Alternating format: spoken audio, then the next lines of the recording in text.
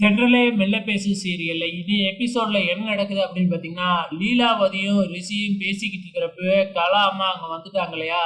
கலா வர்றத பார்த்துட்டு 2 பேருமே பயந்து போயிடுறாங்க. நாங்கலாம் எதுவுமே பண்ணவே இல்ல. எதார்த்தமா தான் சந்திச்சு பேசிக்கிட்டு இருக்கோம் அப்படிங்கிற மாதிரி பயந்துகிட்டே பேசுறாங்க. கலா இருந்துகிட்டு உடனே சிரிக்கிறாங்க.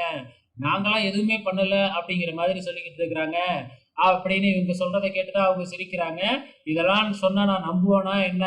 2 பேருமே இளமதியையும், பரமனையும் பழி வாங்குறதுக்காக காத்துக்கிட்டு இருக்கீங்க. எனக்கு நல்லாவே தெரியும். எனக்கும் அதுதான் வேணும். இளமதிக்கும், பரமனுக்கும் கல்யாணம் நடக்கவே கூடாது. ஸோ அத மட்டும் நீங்க செய்யுங்க. உங்களுக்காக நான் என்ன வேணுமானாலும் செய்வேன் அப்படின்னு கலாவும் அவங்களோட கூட்டு சேர்ந்துட்டாங்க. நம்ம ரிஷி இருந்துகிட்டு, என்னோட போலீஸ் வேலைய மட்டும் திருப்பி வாங்கி குடுத்துருங்க மந்திரி கிட்ட சொல்லி அப்படிங்கிற மாதிரி கேட்க, அதெல்லாம் கவலைப்படாத. அதெல்லாம் ஒரு சின்ன விஷயம். உனக்கு மறுபடியும் போலீஸ் வேலை வரும் அப்படின்னு சொல்லிட்டு கலா போயிடுறாங்க. ஸோ இப்ப மறுபடியும் இந்த ரிஷி போலீஸ் ஆக போறாப்ல. என்னலாம் பண்ண காத்துக்கிட்டு இருக்கிறாப்ல அப்படிங்கிறது தெரியல. இந்த பக்கம் நம்ம கமலா அம்மாவுக்கு ஆப்ரேஷன் பண்றதுக்காக ஹாஸ்பிட்டல் அழைச்சிட்டு வந்தாங்க. ஆப்ரேஷன் ரூமுக்கும் போயிடுறாங்க. ஸோ ஆப்ரேஷனும் ரொம்ப நல்லபடியா நடந்துடுது.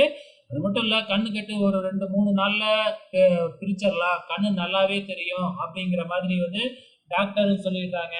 ஸோ கமலா அம்மாவுக்கு கண்ணு தெரிஞ்சதுன்னா என்ன? அசோக்க யாரு கொன்னா அப்படிங்கிறத அடையாளம் காமிக்க போறாங்க. ஸோ நமக்கு காமிச்சிருக்கிற வரைக்கும் பரமனை தான் அவங்க பார்த்துருக்குறாங்க. இதுல ஏதாச்சும் ட்விஸ்ட் வைக்க போறாங்களா அப்படிங்கிறது தெரியல. இப்ப கலாம்மா வீட்டுக்கு பத்திரிக்கை வைக்கிறதுக்காக இளமதியோட அப்பா அம்மா இவங்க எல்லாருமே வந்திருக்கிறாங்க.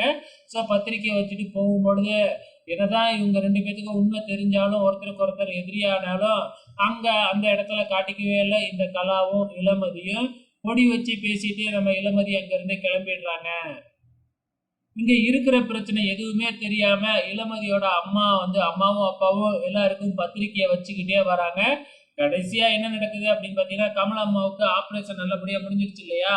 சோ அழைச்சிக்கிட்டு வீட்டுக்கு வராங்க. வீட்டுல வந்து உட்கார வச்சிருக்கிறாங்க. ஏன்னா டாக்டர் வந்து வீட்டுக்கு அழைச்சிட்டு போயிடலாம், இன்னும் ஒரு 2 3 நாள் கழிச்சு கண்கட்டை அவுத்தரலாம் அப்படின்னு சொல்லியிருக்காங்க இல்லையா? சோ அது வரைக்கும் ஹாஸ்பிட்டல்ல இருக்க வேணாம், வீட்டுக்கு அழைச்சிட்டு போங்க அப்படிங்கிற மாதிரி டாக்டர் சொல்லிட்டாப்ல. சோ அப்கமிங்ல என்ன நடக்க போகுதுன்னு தெரியல, பொறுத்திருந்து பார்க்கலாம்.